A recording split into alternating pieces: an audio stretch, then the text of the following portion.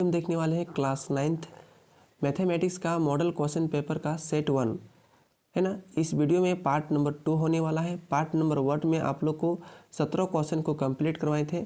आज हम लोग 18 क्वेश्चन से लेकर 34 क्वेश्चन को हम लोग देखेंगे। ये पार्ट नंबर 2 होने वाला है। चलिए फटाफट इस वीडियो को हम लोग शुरू करते हैं बिना लेट किए। तो आप लोग को 17 नंबर क्वेश्चन तक आप लोग को करा चुके थे जो पार्ट नंबर 1 था। नीचे हम डिस्क्रिप्शन में इसका लिंक दे देंगे, तो वहाँ से आप लोग जाकर देख लीजिएगा अगर नहीं देखे हैं तो, क्योंकि VVI सब क्वेश्चन है, ठीक है। तो चलिए हम लोग 18 नंबर से क्वेश्चन को शुरू करते हैं। इसमें कहा गया है कि यदि दो कोणों का योग 90 डिग्री हो तो वे कोण कहलाते हैं। तो जब भी दो कोणों को जोड़ेंगे और 90 डिग्री आएगा तो ऐसा कोण क्या होता है। तो देखिए, जिससे मान के चलिए 45 और 45 को जोड़ेंगे तो आएगा 90। तो जब दो कोणों को जोड़ने पर 90 आता है तो वे कोण कहलाते हैं पूरक कोण, ठीक है। लेकिन जब दो कोणों को जोड़ने पर 180 डिग्री आता है, ठीक ना, 180 डिग्री आता है तो वे कहलाते हैं समपूरक कोण, ठीक है। और जब केवल 90 डिग्री आएगा अकेले, मतलब एक कोण 90 डिग्री होगा तो होगा समकोण होगा। तो ये सब तीनों आप लोग याद रख लीजिएगा, ठीक है। अगला क्वेश्चन देखते हैं 19वां नंबर क्वेश्चन। देखिए ये 19वां नंबर जो क्वेश्चन जो है ना, आपके एग्जाम में पूछा जा सकता है, क्योंकि ये बहुत ही VVI क्वेश्चन है। इसके टाइप जैसा क्वेश्चन बहुत पूछा जाता है, ठीक है ना। तो इस 19वां नंबर क्वेश्चन को आप लोग भी याद रखिएगा। तो चलिए देखते हैं। कहा है कि x का मान ज्ञात कीजिए। ध्यान से देखिए, आपको हम फिगर यहाँ पर अलग से छाप दे रहे हैं, ठीक है।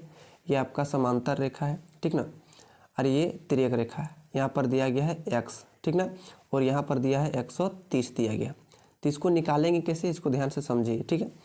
तो देखिए ये जो कोण और ये जो कोण है ना, ये सम्मुख कोण है, और सम्मुख कोण क्या होते हैं, बराबर होते हैं।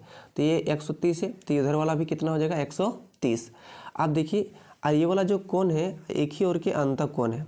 देखिए ध्यान से, ये वाला यहाँ पर x है और ये वाला 130 है। तो ये दोनों कोणों को जोड़ेंगे तो 180 आएगा। अब 180 में से हम 130 को घटा देंगे, 180 में से 130 को घटा देंगे तो कितना बचेगा, 50 डिग्री बचेगा, ठीक ना। तो x का मान क्या निकल जाएगा, 50 डिग्री निकल जाएगा। इसको निकालने का बहुत सारा तरीका है, ठीक ना। तो ये 50 डिग्री आपका आंसर, सही आंसर हो जाएगा। आप कौन सा ऑप्शन में, ऑप्शन नंबर डी, तो ऑप्शन नंबर डी आपका सही आंसर हो जाएगा। अगला क्वेश्चन देखते हैं। 20वां नंबर क्वेश्चन है, यदि AB बराबर QR है और BC बराबर PR है और AC बराबर PQ है तो इनमें से कौन सा त्रिभुज जो होगा सर्वांशम होगा, इसको आपको बताना है। ये ढूंढना बहुत ही आसान होता है यार, ये भी आपके एग्जाम में लगभग पूछा ही जाता है। तो देखिए AB बराबर PQ, देखिए सर्वांशम दिया है तो यहाँ जो AB दो गो है ये PQ के बराबर है, दो गो देखिएगा, ठीक है ना। उसके बाद BC बराबर PR, तो BC लास्ट दो गो है तो इसका QR भी लास्ट दो गो है। AC बराबर PQ, AC first last, PQ लेकिन यहाँ तो है नहीं, यहाँ AC फर्स्ट लास्ट तो है लेकिन यहाँ PR हो जा रहा है, ठीक ना, ये वाला नहीं होगा। तो चलिए दूसरा वाला देखते हैं। दूसरा वाला में क्या क्या है, AB बराबर QR। तो देखिए AB तो यहाँ पर है नहीं, AB लास्ट दो गो AB है, ठीक है। और यहाँ पर क्या है, QR लास्ट में भी क्या है, QR है। उसके बाद क्या है, BC बराबर PR, BC इसका शुरू में है ना, शुरू में क्या है BC बराबर इसका क्या है PR, तो PR तो इसमें है, ठीक है। तीसरा क्या है, AC बराबर PQ, AC फर्स्ट लास्ट, और क्या है PQ फर्स्ट लास्ट। देखिए ये फर्स्ट लास्ट मिल रहा है, ठीक ना, PQ, और ये वाला त्रिभुज मिल रहा है सर्वांशम, तो यही वाला त्रिभुज आपका सही आंसर हो जाएगा। कि देखना है कि कौन वाला में से तीनों बराबर आ रहा है, ठीक है, तीनों भुजाएं तो वो सर्वांशम हो जाएगा। नेक्स्ट क्वेश्चन है 21वां नंबर क्वेश्चन। 21वां नंबर क्वेश्चन में कहा गया है कि यदि दो समकोण त्रिभुज ABC और DEF में कर्ण AC बराबर DF है, दो गो समकोण त्रिभुज है और दोनों में क्या है AC और DF बराबर है, ABC और DEF, ABC और DEF दो गो समकोण त्रिभुज है, दोनों बराबर होगा। AC क्या है, बराबर है, भुजा AB बराबर DE है, जितना AB है उतना DE है। तो दोनों सर्वांशम त्रिभुज किस नियम से सर्वांशम होंगे, जब समकोण त्रिभुज कहा गया तो यहाँ 90 डिग्री होगा। तो आपको याद होगा सर्वांशम में कि सर्वांशम का हम वीडियो भी बना चुके हैं, उसका लिंक भी हम नीचे डिस्क्रिप्शन बॉक्स में दे देंगे। जब दो त्रिभुज समकोण हो और उसका कर्ण और कोई एक भुजा बराबर हो तो ये RHS नियम से सर्वांशम होंगे, राइट हाइपोटेनियस साइड, ठीक है। तो इसे आप लोग याद रखिएगा, RHS नियम से सर्वांशम होंगे।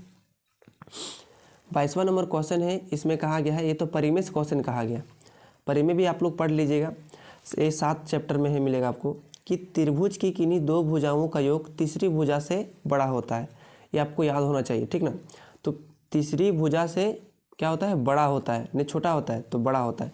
कोई भी त्रिभुज है उसमें दो भुजा को जोड़ेंगे, ठीक है, तो तीसरी भुजा से हमेशा क्या होगा, बड़ा होगा, बराबर नहीं होगा, केवल बड़ा होता है, ठीक ना। तो ऑप्शन क्या, ऑप्शन नंबर ए आपका सही आंसर हो जाएगा।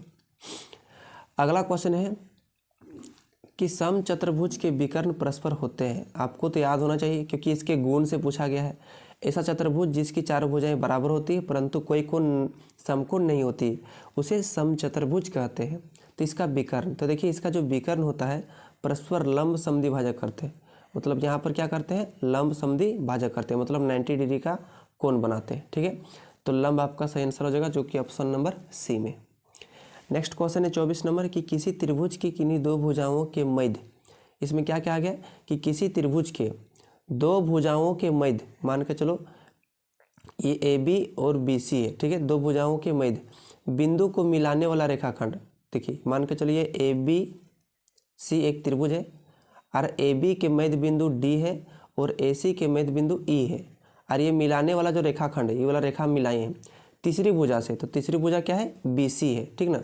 तीसरी भुजा से क्या होती है, तीसरी भुजा से क्या होता है, तीसरी भुजा के आधा होता है। ये जो डी जो होगा तीसरी भुजा से क्या होगा, आधा। तो ऑप्शन नंबर बी आपका सही आंसर हो जाएगा। नेक्स्ट क्वेश्चन है 25वां नंबर क्वेश्चन कि दो समांतर रेखाओं को एक तिर्यक रेखा प्रतिच्छेद करती है, ठीक है, एक तिर्यक रेखा प्रतिच्छेद करती है, तो अंतः कोणों के समद्वि भाजकों से बना कोण, अंतः कोणों के समद्वि भाजकों से, देखिए ये जो अंतः कोण जो बन रहा है इसके समद्वि भाजक से हमेशा एक आयत बनता है। इसे आप लोग को याद ही रखना पड़ेगा, ठीक ना, तो इसे आप लोग याद रख लीजिएगा। 26 नंबर क्वेश्चन कह रहा है कि यदि एक त्रिभुज और एक समांतर चतुर्भुज एक ही आधार और एक ही समांतर रेखाओं के बीच स्थित हो तो एक त्रिभुज का क्षेत्रफल समांतर चतुर्भुज का क्षेत्रफल क्या होगा। देखिए ये क्वेश्चन क्या कह रहा है, ये तो परिमेय टाइप सा है। क्या कहा गया है कि एक दो गो समांतर है रेखा है और दो समांतर रेखा के बीच में एक क्या बना है, समांतर रेखा बना है, और इसी में क्या बना है, त्रिभुज बना है। क्या बना है, त्रिभुज। दोनों का आधार सेम है, ठीक है, और दोनों एक ही समांतर रेखा के बीच में स्थित है। तो ये जो त्रिभुज है एक ही समांतर रेखा के बीच में स्थित है। तो आपको कहा गया है कि जो समांतर चतुर्भुज का क्षेत्रफल त्रिभुज का क्षेत्रफल से क्या होता है, तो त्रिभुज का क्षेत्रफल आधा होता है। अब किसका आधा होता है, समांतर चतुर्भुज का, ठीक ना। तो आधा ऑप्शन नंबर क्या हो जाएगा, ऑप्शन नंबर बी हो जाएगा, ठीक है। नेक्स्ट क्वेश्चन है 27वां नंबर। 27वां नंबर क्वेश्चन में कहा गया है कि तीन असंरेखी बिंदु से होकर कितने वृत्त खींचे जा सकते हैं। तो तीन असंरेखी बिंदु से होकर केवल एक और एक वृत्त खींचे जा सकते हैं। ये भी एक परिमेय खाता है, ठीक है।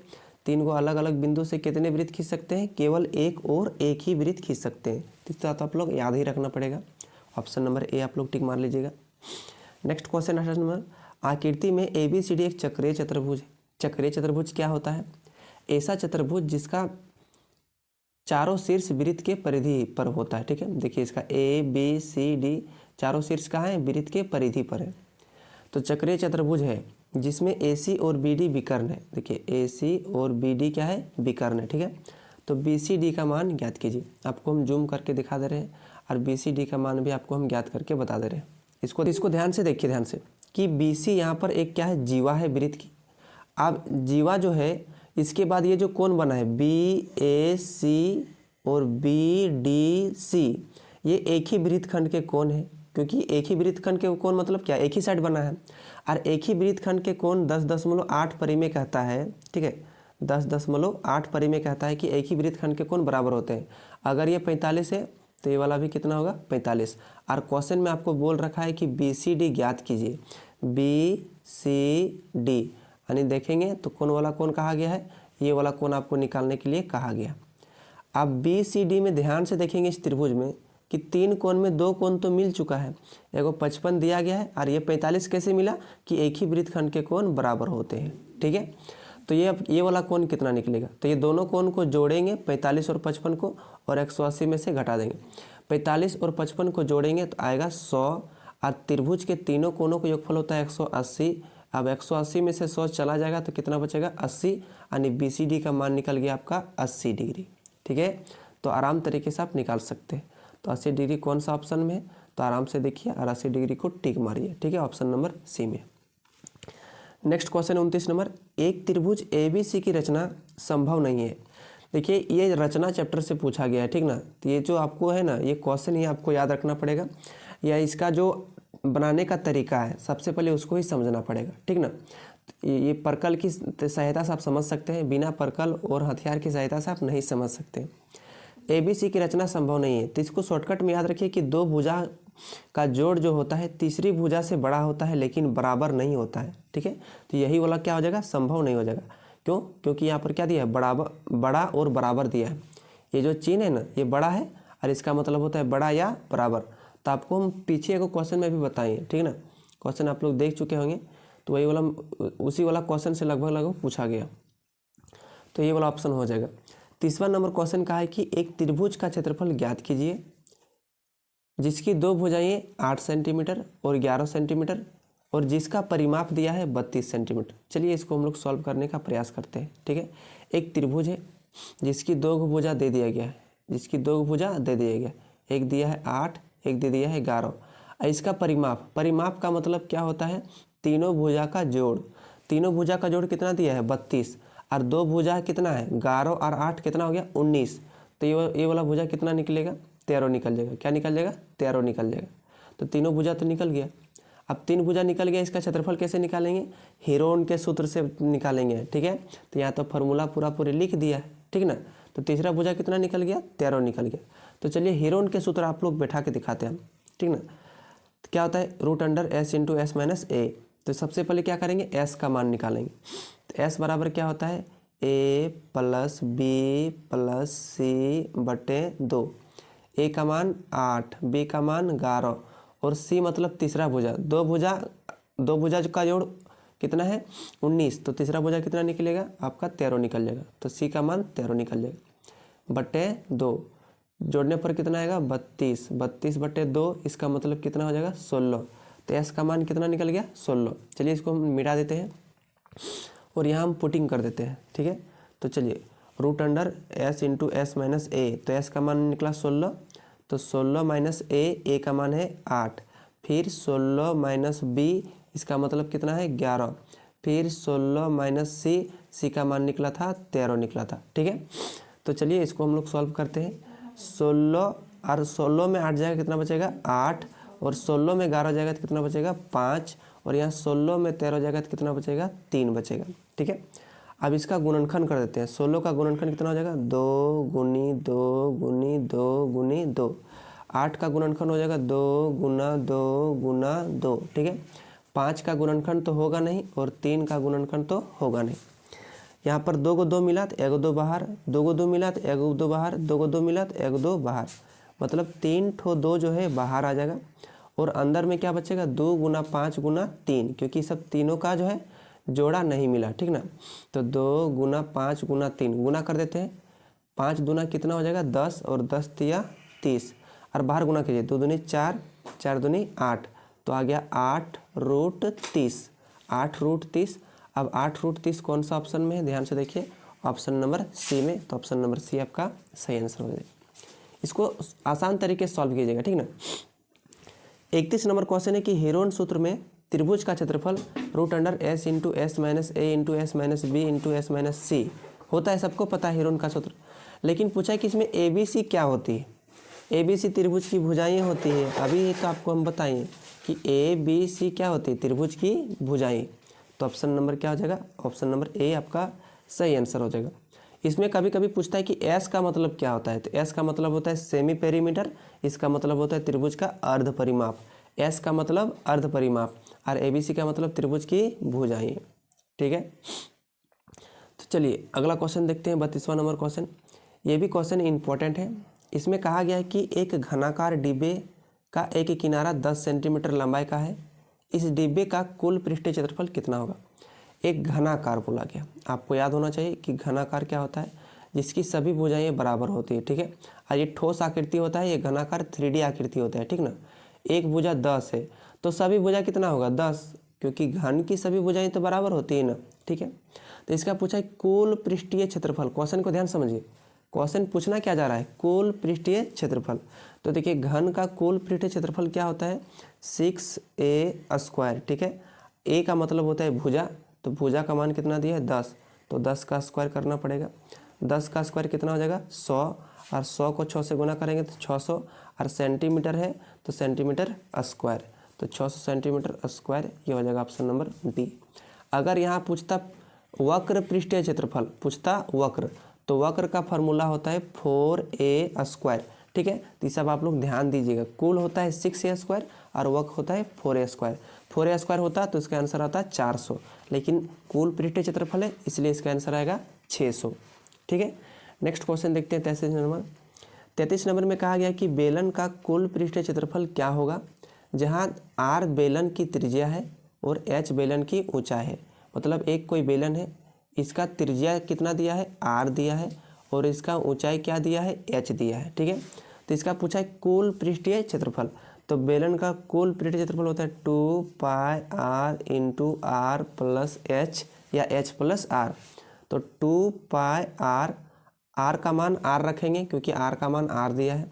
ठीक है, h का मान भी h रखेंगे, तो इसका आंसर क्या हो जाएगा 2πr × r + h, 2πr × r + h option number B में। तो ऑप्शन नंबर बी आपका सही आंसर हो जाएगा। πr² जो होता है ये बेलन का आयतन का फॉर्मूला होता है, ये भी आप लोग याद रखिएगा। 2πrh जो होता है ये बेलन का वक्र पृष्ठीय क्षेत्रफल का फॉर्मूला होता है, ये भी आप याद रखिएगा। ठीक है, नेक्स्ट क्वेश्चन देखते हैं 34वां नंबर क्वेश्चन। r त्रिज्या वाले गोले का आयतन क्या होगा। मतलब एक गोला है, इसका त्रिज्या कितना दे दिया है r दिया है, तो इसका आयतन ज्ञात कीजिए। गोले का आयतन होता है अर्धगोले का होता है ये 4/3πr³। ठीक है, तो 4/3 रखेंगे और r का मान r, तो r³ हो जाएगा, तो 4/3πr³। तो 4/3πr³ किस में है, ये πr³, ये 2/3 ये तो होगा नहीं, ये 1/3πr³, ये भी नहीं होगा, 1/6 2πr³। इसको सॉल्व करके देखते हैं। ठीक है, 2r का क्यूब कितना हो जाएगा, 2 का क्यूब कितना होता है 8, और ये 2 का क्यूब 8 हो गया, बटे यहाँ पर 6 से 6 काटेंगे तो कितना बचेगा 2 चौक 8, 2 तिया 6, तो ये 4 बटे कितना बचेगा 3 बचेगा, क्योंकि इसको सॉल्व करना पड़ेगा ना, यही वाला आंसर हो जाएगा। देखिए 1/6 का 1/6, पाई का पाई रहेगा, 2r का क्यूब, तो 2 का क्यूब हो जाएगा 8 और r का क्यूब हो जाएगा r³, तो 6 से इसको काटेंगे 2 से, 2 तिया 6 और 2 चौक 8, तो ऊपर बचेगा 4/3 और πr³। ठीक ना, तो शॉर्टकट में πr³ नहीं दिया है, तो थोड़ा घुमा के दिया है, तो ऑप्शन नंबर सी आपका सही आंसर हो जाएगा। ये वाला आंसर नहीं होगा क्योंकि इसके 2r के क्यूब करेंगे तो और ज़्यादा आ जाएगा। तो ये 34 नंबर क्वेश्चन क्या हो गए, आज भी हम लोग 34 यानी 17 को क्वेश्चन को हम लोग देखें। तो ये पार्ट नंबर जो 2 था इसको भी हम लोग यहीं समाप्त करते हैं, वीडियो को ज़्यादा लंबा नहीं करते हैं, पार्ट वाइज से आप लोग को थर्ड पार्ट में टोटल क्वेश्चन आप लोग को ख़त्म कर देंगे।